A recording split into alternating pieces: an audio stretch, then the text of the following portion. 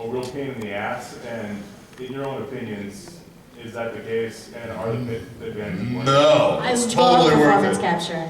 Yeah, so there's two types of animation in games where they're trying for realism. There's either performance capture, where they capture all the data on the person, whether it's the body or the facial movements Or everything at once. all three. Including your Or voice. they do hand key animation, which means that they're literally one frame at a time having to move the person through the scene. And it always looks a little bit more stilted, it always looks a little less natural, and it just doesn't have that realism that performance capture gives.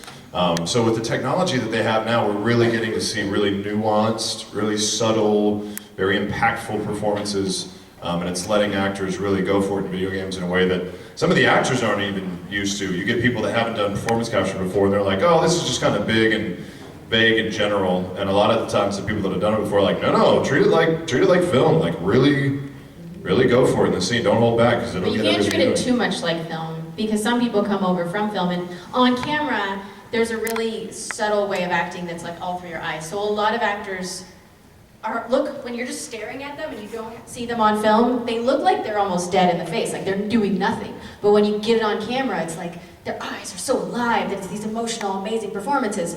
But on motion capture, performance capture, you don't capture the eyes, so the face has to be doing something a little bit more. So it's an in-between between film acting and theater acting. And when you're on the stage, most things aren't there. You're imagining everything around you, so you have to have kind of that grand imagination. Shared imagination. Yeah. Yeah.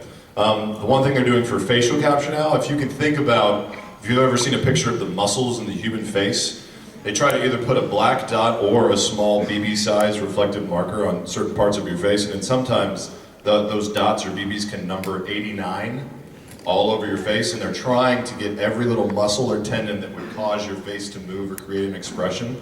So when then that moves, that part of the face moves digitally as well. So every little tiny little smirk or a blink or when you raise your eyebrow or whatever, that's what they're trying to capture, so that it's not just that like face that's talking and doing this, and then maybe the eyebrows go up or whatever. They catch like every little thing. So It's a really long process when they're figuring out where all those dots go, because it's just hours of them telling you, okay, raise your eyebrows, lower your eyebrows, raise your eyebrows, lower your eyebrows. Okay, One now eyebrow? bring the side of your mouth up, bring it down, bring it up, bring it down, and they have to find where every muscle moves so they can find your marker placement as opposed to his marker placement. It's crazy. it's cool. You look like Hellraiser coming out of it. Yeah. Next question.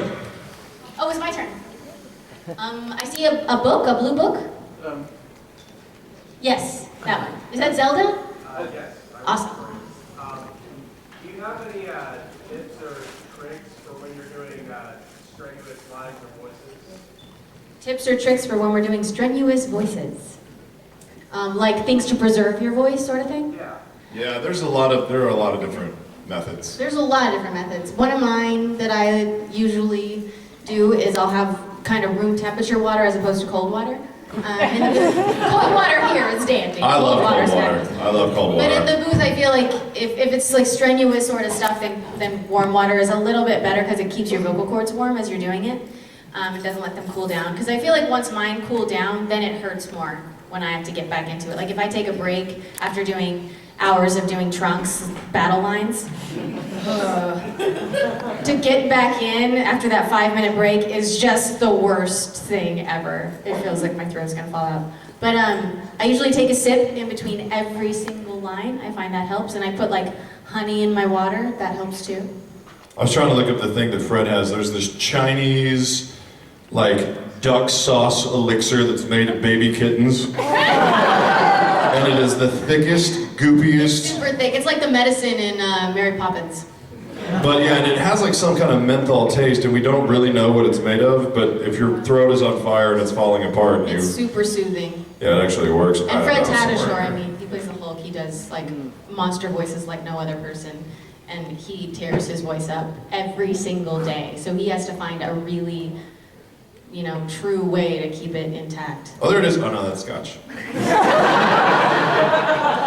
I don't know. Next question.